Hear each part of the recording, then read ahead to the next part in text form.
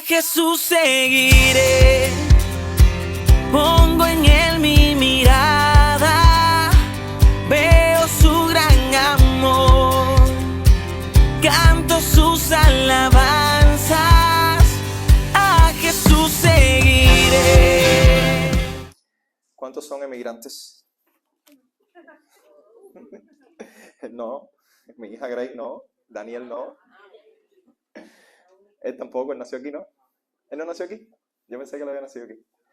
Pero de una forma u otra todos somos de descendencia de emigrantes o emigrantes, ¿no? Gracias a Dios, y otro lado a veces decimos lastimosamente.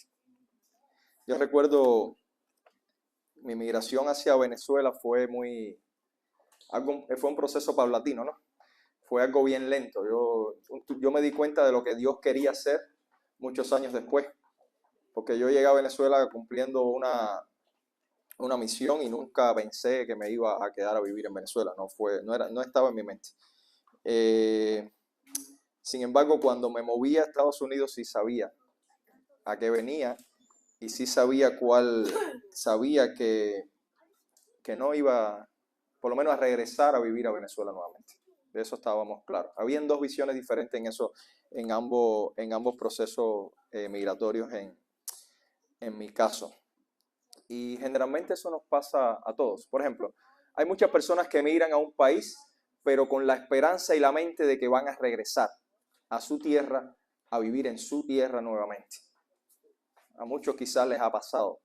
En el caso de los cubanos que vinieron al principio, cuando triunfó la Revolución Cubana, yo creo que les mencioné algo la semana anterior, y muchos de ellos pensaban que venían por 15 días, y realmente tuvieron que quedarse obligados aquí en este país.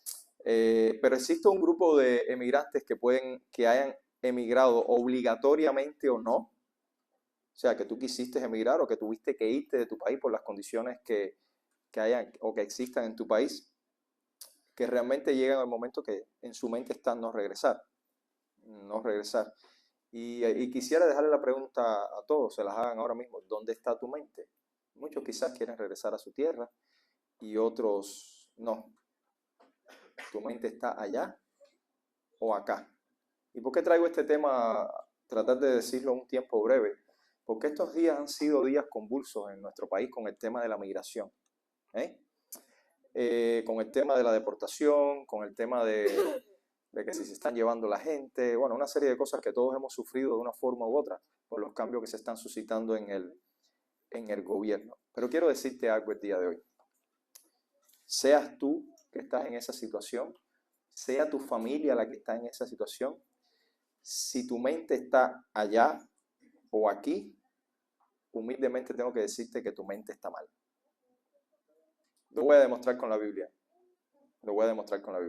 Tu mente no está puesta en el lugar correcto. Tu mente está puesta en el lugar equivocado. Vamos al libro de Hebreos. En Hebreos capítulo 11, versículo 13 al 16, mencioné algo de eso el viernes en casa. Voy a leer la palabra de Dios. Dice, todos estos murieron en fe, sin haber recibido las promesas, pero habiéndolas visto y aceptado con gusto desde lejos, confesando que eran extranjeros y peregrinos sobre la tierra. Porque los que dicen tales cosas claramente dan a entender que buscan una patria propia. Y si en verdad hubieran estado pensando en aquella patria de donde salieron, habrían tenido oportunidad de volver. Pero en realidad anhelan una patria mejor, es decir, celestial, por lo cual Dios no se avergüenza de ser llamado Dios de ellos, pues les ha preparado una ciudad. Hebreos 11 es lo que se titula el Salón de la Fama de la Fe. Si usted empieza a ver Abel, Noé, Abraham, y menciona a toda esa gente. Pero cuando Dios empieza a hablar a través del autor de los Hebreos en la carta, ¿no? Cuando empieza a hablar de Abraham, hace una pausa y empieza a hablar de la migración de Abraham. Y hace un resumen y dice, estas personas ni siquiera vieron lo que Dios le tenía, ni siquiera se preocuparon en lo que Dios le tenía preparado. De hecho, ellos ni siquiera pensaron que era un pedazo de tierra, que era un segmento de tierra lo que Dios le tenía prometido. ¿Pero por qué? Porque tenían su mente puesta, ¿qué? en una patria celestial, en algo que era mucho mejor, en algo que dice Hebreo más adelante, que Dios había provisto. El versículo 40 específicamente dice, porque Dios para ellos y también para nosotros había provisto o ha provisto algo mejor, a fin de que ellos no fueran hechos perfectos sin nosotros. O sea, ellos también estaban esperando lo mismo que nosotros, pero nunca se concentraron en la Canaán que Dios le había prometido.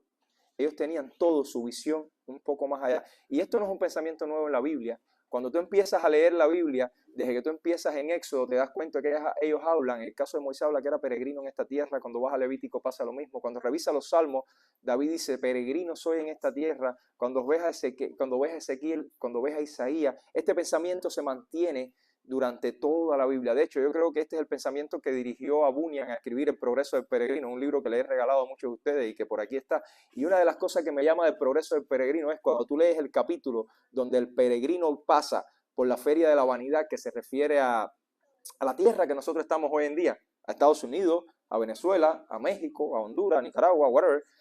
Cuando ellos pasan por ahí, al pueblo de esa tierra le llama la atención que ellos no compran nada. Ellos ni siquiera miran nada. Y el resumen del capítulo era, ellos no miraban nada porque su mente, su pensamiento no estaba en las cosas que veían ahí. La mente de Cristiano, que es el protagonista, la figura protagónica que se utiliza en el libro, estaba en la patria celestial o en la ciudad celestial. Él había salido de una tierra y estaba haciendo un trayecto, el mismo que estamos haciendo nosotros como peregrinos y extranjeros en esta tierra. Y ahora tú dices, ¿cómo es ese algo mejor que Dios tiene preparado para nosotros?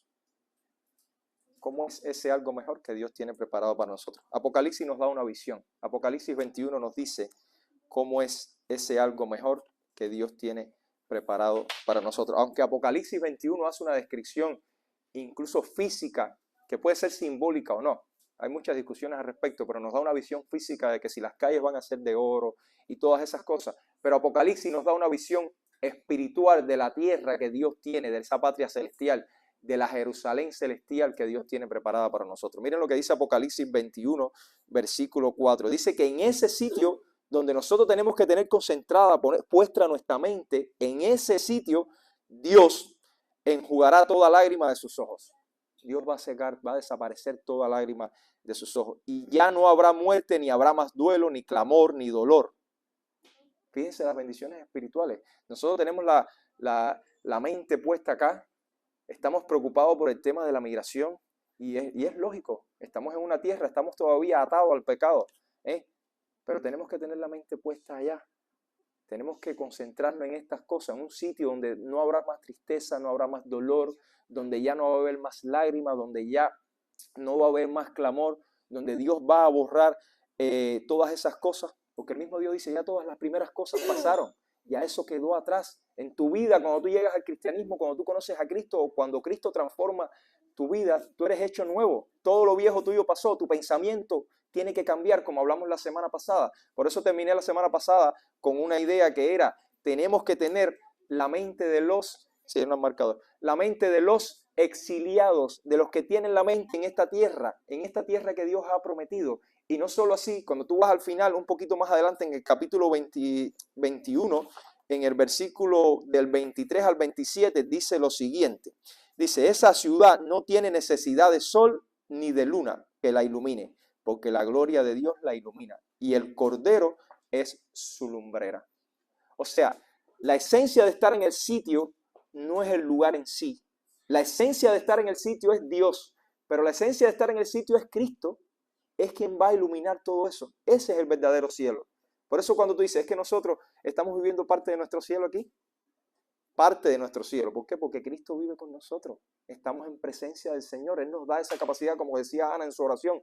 El Espíritu Santo ha venido a nuestras vidas y nosotros estamos compartiendo parte de esa eternidad que ya Dios diseñó para nosotros. No podemos tener la mente en las cosas pasadas. Tenemos que concentrarnos en eso que está hacia adelante. Y dice que en el versículo 24 dice, y las naciones andarán a su luz y los reyes de la tierra traerán a ella su gloria. Y me llama la atención, dice, sus puertas nunca se cerrarán de día. ¿Qué pasaba en las ciudades cuando venía la guerra? en esos tiempos, había que cerrar las murallas y cerrar las puertas. ¿Qué va a pasar en la ciudad celestial que Dios ha diseñado para nosotros? No va a hacer falta cerrar las puertas porque no va a haber batalla. No va a haber una batalla espiritual que tú tengas que enfrentar, no va a haber una tristeza que tú tengas que enfrentar, no va a haber ese problema migratorio que está pasando por tu mente, no va a haber guerra física, no hay que cerrar las puertas de la ciudad, pues allí no habrá noche. Continúa y lo agrega entre paréntesis. Déjeme decirle que lo que está entre paréntesis en la Biblia también es palabra de Dios. No se crean que eso lo añadió ahí Juan después para que, ay, se me olvidó algo. También es palabra de Dios. Y dice que a esa ciudad y traerán a ella gloria, la gloria y el honor de las naciones. Y jamás entrará en ella nada inmundo, ni el que practica abominación, ni mentira. Y tú dirías, ay, estamos embarcados, ninguno de nosotros vamos a entrar. ¿Quiénes no practican mentira aquí? De una forma u otra mentimos a diario. Si no, a un análisis sincero de su corazón, si no mientes a diario. Entonces, ¿cómo vamos a entrar? El que lava su vestidura con la sangre del Cordero. Así termina Apocalipsis 22. Cualquiera de nosotros, aunque nosotros somos pecadores, pero lavamos nuestras vestiduras con la sangre del Cordero, nos vestimos con el ropaje de Cristo. Cualquiera que se arrepiente de sus pecados y cualquiera que ha creído en Cristo como su Salvador, va a entrar a esta ciudad que Dios ha permitido. ¿Quiénes son los que si no solo aquellos cuyos nombres están escritos en el libro de la vida del Cordero?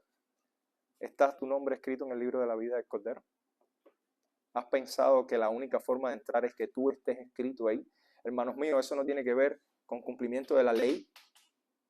No matarás, no robarás, no mentirás, no darás falso testimonio, honra tú. No tiene que ver con eso. Eso no tiene que ver con ser buena persona. Eso no tiene que ver con bautizarse. Eso no tiene que ver con venir a la iglesia el domingo. Eso no tiene que ver con hacer donaciones extravagantes.